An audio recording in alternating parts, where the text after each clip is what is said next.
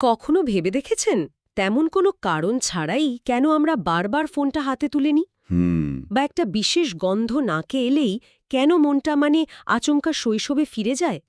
আমাদের এই রোজকার অভ্যাস, ভালো লাগা বা মন্দ লাগা এগুলোর পেছনে আসলে কি কাজ করে? এটা একটা দারুণ প্রশ্ন, কারণ এই ছোট ছোট জিনিসগুলোই তো আমাদের তৈরি করে। একদম। আর আমাদের আজকের আলোচনার মিশন হলো ঠিক এই কেনর উত্তর খোঁজা। আচরণ বিজ্ঞানের কিছু একেবারে মৌলিক ধারণা যা আমাদের প্রতিটি পদক্ষেপকে নিয়ন্ত্রণ করে, সেগুলোকে আমরা আমাদের হাতে থাকা সোর্সগুলোর সাহায্যে সহজভাবে ব্যবচ্ছেদ করব। হ্যাঁ, আজ আমরা মূলত ৩টি বিষয় নিয়ে কথা বলবো।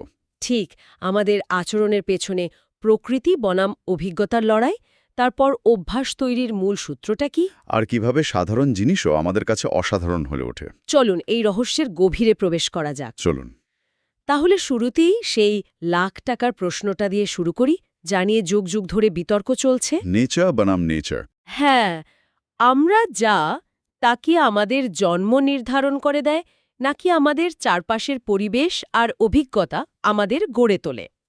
সোর্সগুলোতে এই বিষয়টাকে দুটো বেশ ভারী শব্দ দিয়ে ব্যাখ্যা করা হয়েছে, ফাইলোজেনেটিক এবং অন্টোজেনেটিক ইতিহাস। চলুন এই ব্যাপারটা একটু সহজ করে বুঝি। একদম। প্রথমে ফাইলোজেনেটিক ইতিহাস বা ফাইলোজেনি নিয়ে কথা বলা যাক। শব্দটা শুনতে একটু কঠিন লাগতে পারে, বেশ কঠিন। কিন্তু ধারণাটা খুব সোজা। এটা হলো একটা প্রজাতির, মানে লক্ষ লক্ষ বছরের বিবর্তনমূলক ইতিহাস, যা আমাদের জিনের মধ্যে খোদাই করা আছে। ওহ আচ্ছা। এই আচরণগুলো আমাদের টিকে থাকতে সাহায্য করেছে, তাই প্রাকৃতিক নির্বাচনের মাধ্যমে এগুলো প্রজন্ম থেকে প্রজন্মান্তরে চলে এসেছে। তার মানে এগুলো হলো আমাদের ফোনের ফ্যাক্টরি সেটিংসের মতো, যা আমরা বাক্স থেকে বের করার সময় সাথে করে নিয়ে আসি। দারুণ উপমা। ঠিক তাই, এগুলো শেখার কোনো প্রয়োজন হয় না। এগুলো জন্ম থেকেই আমাদের মধ্যে প্রোগ্রাম করা থাকে। যেমন? যেমন ধরুন রিফ্লেক্স অ্যাকশন। চোখের সামনে কিছু উড়ে এলে আমাদের পলক পড়ে যায়। হ্যাঁ, ওটা তো ভাবারও সময় পাই না। বা হাঁটুতে টোকা দিলে পা লাফিয়ে ওঠে। এগুলো কেউ শেখায় না। এমনকি আরও জটিল বিষয়, যেমন বিপদ দেখলে আমাদের ভেতরে যে ফাইট অর ফ্লাইট প্রতিক্রিয়া হয়। মানে যুদ্ধ করো অথবা পালাও? একদম। হৃৎপিণ্ডে জোরে চলতে শুরু করে, শরীর ঘেমে যায়। এই পুরো সিস্টেমটাই ফাইলোজেনেটিক। আমাদের বেঁচে থাকার জন্য মৌলিক চাহিদাগুলো, যেমন খাবার, জল, উষ্ণতা, এগুলোর গুরুত্বও আমাদের জন্মগতভাবেই শেখানো। বেশ, তাহলে এটা হলো আমাদের আচরণের নেচার বা প্রকৃতির দিকটা, আমাদের ভেতরের হার্ডওয়্যার। তাহলে নার্চার বা অভিজ্ঞতার দিকটা কি? এখানেই নিশ্চয়ই অন্টোজেনেটিক ইতিহাস আসছে। একেবারে ঠিক। অন্টোজেনেটিক ইতিহাস বা অন্টোজেনি হল একজন ব্যক্তির নিজস্ব জীবনকালের ইতিহাস। তার নিজের জীবনের গল্প। হ্যাঁ, এটা হলো সেই সফটওয়্যার যা আমরা জন্মের পর থেকে সারা জীবন ধরে আমাদের হার্ডওয়্যারে ইনস্টল করতে থাকি। আমাদের পরিবেশের সাথে লেনদেন, আমাদের অভিজ্ঞতা, কোন কাজে আমরা পুরস্কৃত হই আর কোন কাজে শাস্তি পাই, এই সব কিছুর মাধ্যমে আমরা যে আচরণগুলো শিখি, সেটাই আমাদের অন্টোজেনি। এর উদাহরণ তো তাহলে আমাদের চারপাশে ছড়িয়ে আছে, যেমন আমরা বাংলায় কথা বলছি, ঠিক। বা কেউ হয়তো গিটার বাজাতে শিখেছে, ট্রাফিক আইন মেনে রাস্তা পার হচ্ছে। এই সবই তো শেখা আচরণ। নিখুঁত উদাহরণ। আমাদের ব্যক্তিগত অভ্যাস, সামাজিক রীতিনীতি, কোনো নির্দিষ্ট কিছুতে ভয় বা ভালোবাসা, এই সবই অন্টোজেনির ফল। টাকার কথাই ধরুন। আচ্ছা। টাকা নিজে তো শুধুই একটা কাগজ, কিন্তু আমাদের জীবনে আমরা শিখি যে এটা দিয়ে প্রয়োজনীয় এবং আনন্দের জিনিস পাওয়া যায়। তাই টাকা আমাদের কাছে একটা শক্তিশালী পুরস্কার বা কন্ডিশন রিইনফোর্সারে পরিণত হয়। এই মূল্যটা আমরা জীবন দিয়ে শিখি। এখানেই তো আসল মজাটা। এই দুটো কি আলাদা আলাদা কাজ করে, নাকি এদের মধ্যে কোনো যোগাযোগ আছে? আমার তো মনে হয় দুটো মিলেমিশেই আমাদের তৈরি করে। আপনি একেবারে মূল বিষয়টা ধরে ফেলেছেন। মানুষের আচরণ আসলে এই দুটোর একটা জটিল বুনন। কিভাবে? সোর্সের একটি অসাধারণ উদাহরণ হলো ভাষা শেখা। দেখুন, কথা বলার বা ভাষা শেখার ক্ষমতা আমাদের মস্তিষ্কে জন্মগতভাবে ইনস্টল করা থাকে। এটা ফাইলোজেনেটিক। আচ্ছা। মানব শিশু ছাড়া আর কোনো প্রজাতি এত জটিল ভাষা শিখতে পারে না। কিন্তু আমরা কোন নির্দিষ্ট ভাষা শিখব, বাংলা, ইংরেজি না জাপানি, তা পুরোপুরি নির্ভর করে আমরা কোন পরিবেশে বড় হচ্ছি তার উপর। যা অন্টোজেনেটিক। ঠিক। হার্ডওয়্যারটা বিশ্বমানের, কিন্তু সফটওয়্যারটা পরিবেশ ঠিক করে দেয়। ওয়াও, বিষয়টা ভাবলে অবাক হতে হয়। তার মানে আমাদের প্রত্যেকের মধ্যে একটা বিশ্বজনীন কাঠামো আছে, কিন্তু আমাদের ব্যক্তিগত অভিজ্ঞতা সেই কাঠামোতে নিজের মতো করে নকশা তৈরি করে। ভয়ের ক্ষেত্রেও কি এমনটা হয়? হ্যাঁ, ভয় হলো এর আরেকটি চমৎকার উদাহরণ। সোর্সগুলো বলছে সাপ বা মাকড়সার মতো প্রাণীর প্রতি একটা সহজাত ভয় হয়তো আমাদের পূর্বপুরুষদের টিকে থাকতে সাহায্য করেছিল। যারা ভয় পেত তারা বেঁচে যেত। ঠিক, তারা বেঁচে গেছে এবং তাদের জিন আমাদের পর্যন্ত এসেছে। এটা ফাইলোজেনেটিক। কিন্তু আপনার বাড়ির পাশের কোনো নির্দিষ্ট কুকুরকে ভয় পাওয়া, কারণ সেটা হয়তো আপনাকে ছোটবেলায় তাড়া করেছিল, সেটা হলো শেখা ভয়। ও, এটা অন্টোজেনেটিক। একদম। সুতরাং আমাদের প্রতিটি অনুভূতি আর আচরণ এই দুই ইতিহাসের এক অবিরাম কথোপকথনের ফল। আচ্ছা, আমরা তো বুঝলাম যে আমাদের আচরণের একটা বড় অংশই শেখা, মানে অন্টোজেনেটিক। কিন্তু এই শেখার প্রক্রিয়াটা ঠিক কিভাবে কাজ করে? মানে একটা অভ্যাস বা আচরণ ঠিক কোন কোন ধাপ পেরিয়ে তৈরি হয়? সোর্সগুলোতে একটা দারুণ কাঠামোর কথা বলা হয়েছে। হ্যাঁ, 4 টার্ম কন্টিনজেন্সি। হ্যাঁ, যা আচরণের কার্যকারণ বুঝতে একটা ব্লুপ্রিন্টের মতো কাজ করে। হ্যাঁ, এটা আচরণের একটা সম্পূর্ণ রসায়ন বোঝার মতো। এর 4টি ধাপ আছে, যা একটা ঘটনার আগে, ঘটনার সময় এবং ঘটনার পরে কি হয় তার একটা পরিষ্কার ছবি তুলে ধরে। আচ্ছা। প্রথম এবং সবচেয়ে গুরুত্বপূর্ণ ধাপটি হল মোটিভেটিং অপারেশন। এমো। হ্যাঁ, সহজ কথায় এটা হলো আচরণের পেছনের আসল প্রেরণা বা ভেতরের তাড়না। এটা সেই অবস্থা যা নির্ধারণ করে যে আমরা কোনো কিছু এই মুহূর্তে ঠিক কতটা চাই বা চাই না। 1 মিনিট, তার মানে এটাই সেই ইঞ্জিন যা পুরো গাড়িটাকে চালায়? আমার খিদে না পেলে বা মন না চাইলে আমার সামনে পৃথিবীর সেরা বিরিয়ানি এনে দিলেও কোনো লাভ নেই। মোটিভেশনটাই কি আসল চালিকা শক্তি? একদম, আপনি ঠিক ধরেছেন। এই এমও দুটো কাজ করে।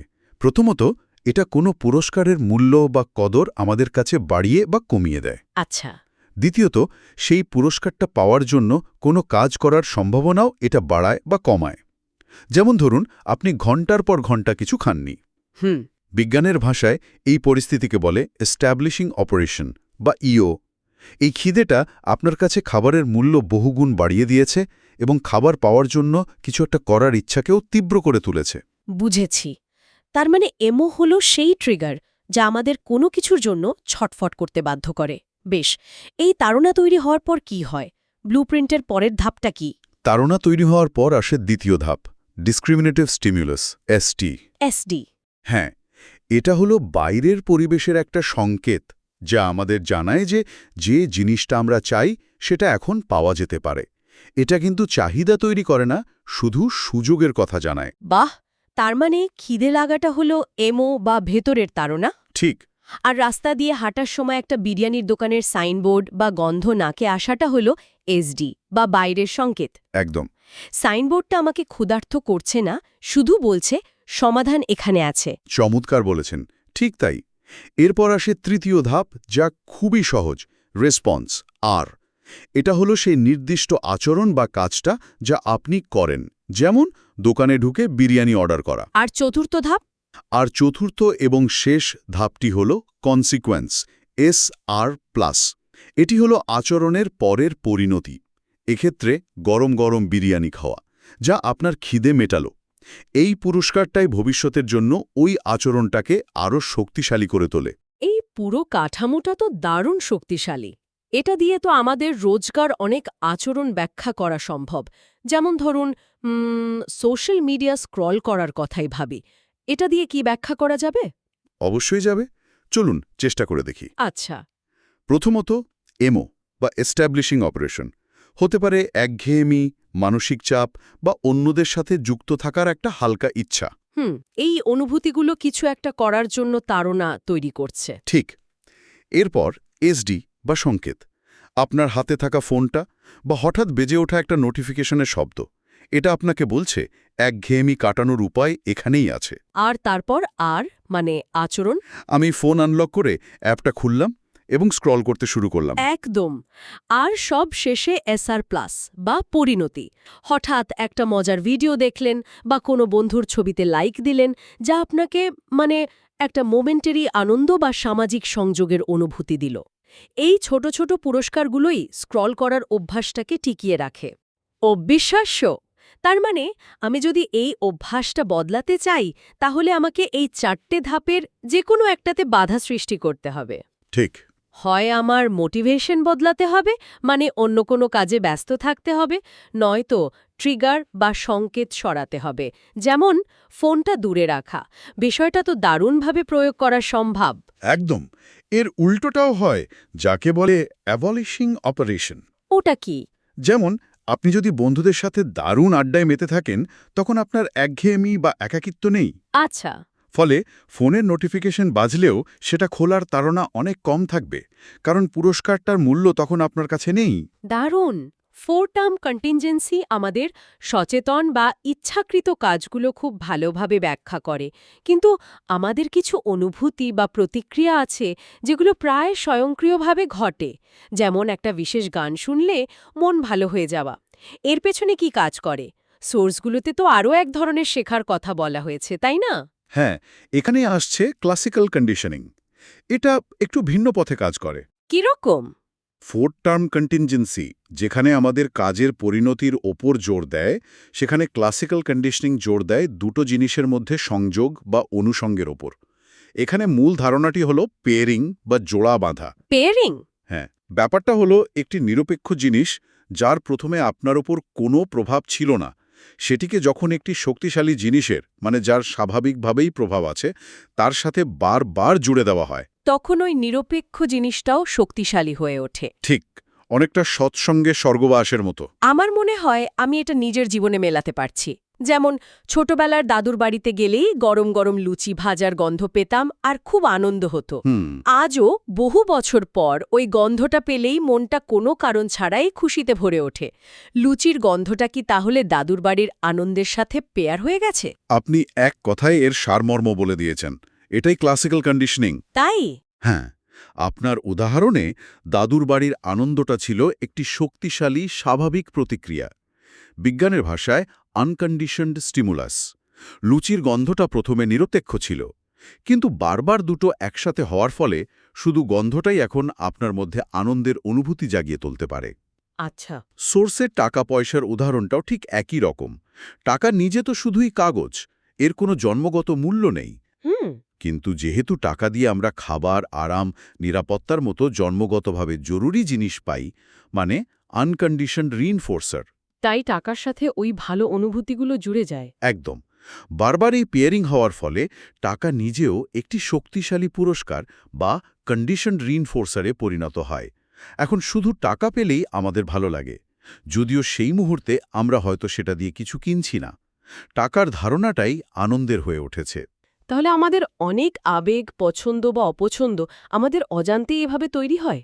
কোনো জায়গার প্রতি ভালো লাগা, কোনো শব্দের প্রতি বিরক্তি, এই সব কিছুর পেছনেই হয়তো একটা পুরনো সংযোগ লুকিয়ে আছে। ঠিক। তার মানে 4 টার্ম কন্টিনজেন্সি হল আমাদের ইচ্ছাকৃত কাজের ব্লুপ্রিন্ট, আর ক্লাসিক্যাল কন্ডিশনিং হল আমাদের অনৈচ্ছিক অনুভূতি বা প্রতিক্রিয়ার পেছনের কারিগর। খুব সুন্দরভাবে দুটোকে পাশাপাশি রেখেছেন। একটি আমাদের অ্যাকশন বা কাজকে ব্যাখ্যা করে, অন্যটি আমাদের রিঅ্যাকশন বা আবেগকে। দুটো মিলেই আমাদের আচরণের এক সম্পূর্ণ চিত্র তৈরি হয়। তাহলে আজকের এই গভীর আলোচনা থেকে আমরা কি পেলাম? আমার কাছে যা মনে হচ্ছে, আমাদের আচরণ কোনো রহস্যময় বা আকস্মিক ঘটনা নয়। আমরা হয়তো সবসময় সচেতন থাকি না, কিন্তু এর পেছনেও নির্দিষ্ট বৈজ্ঞানিক নিয়ম কাজ করে চলেছে। ঠিক। আমরা লক্ষ লক্ষ বছরের বিবর্তনের ফসল, আবার একই সাথে আমাদের ব্যক্তিগত জীবনের অভিজ্ঞতারও প্রতিচ্ছবি। আজকের আলোচনার মূল নির্যাস যদি কয়েকটা পয়েন্টে বলি। হ্যাঁ, বলুন। প্রথমত, আমাদের আচরণ বংশগতি, মানে ফাইলোজেনি, এবং জীবনব্যাপী শেখা বা অন্টোজেনি, এই দুটোর এক জটিল এবং সুন্দর মিশ্রণ। আমরা কেউই শুধু প্রকৃতি বা শুধু পরিবেশের সৃষ্টি নই, আমরা দুটোরই ফল। দ্বিতীয়ত, আমাদের শেখা আচরণগুলো বিশৃঙ্খল নয়। 4 টার্ম কন্টিনজেন্সির মতো কাঠামো দিয়ে বোঝা যায় কিভাবে আমাদের ভেতরের প্রেরণা, মানে এমও, এবং বাইরের সংকেত বা এসডি, হ্যাঁ, আমাদের কাজ এবং তার ফলাফলকে সুশৃঙ্খলভাবে নিয়ন্ত্রণ করে। এবং তৃতীয়ত, আমাদের অনেক গভীর অনুভূতি এবং মূল্যবোধও খুব সাধারণ সংযোগ বা পেয়ারিংয়ের মাধ্যমে তৈরি হয়, যাকে আমরা ক্লাসিক্যাল কন্ডিশনিং বলি। আমাদের অজান্তেই আমাদের আবেগগুলো পারিপার্শ্বিকতার সাথে জুড়ে যায়। একদম। সব শেষে একটা প্রশ্ন রেখে যাই, যা আমাকে ভাবাচ্ছে। যদি আমাদের আচরণ আর অভ্যাসগুলো এই বৈজ্ঞানিক নীতিগুলো মেনেই চলে, তাহলে তো এর নিয়ন্ত্রণও আমাদের হাতেই থাকার কথা।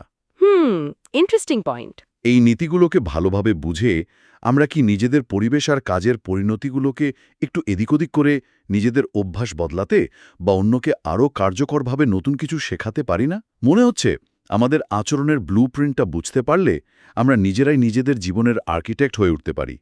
ভেবে দেখার মতো বিষয়, তাই না?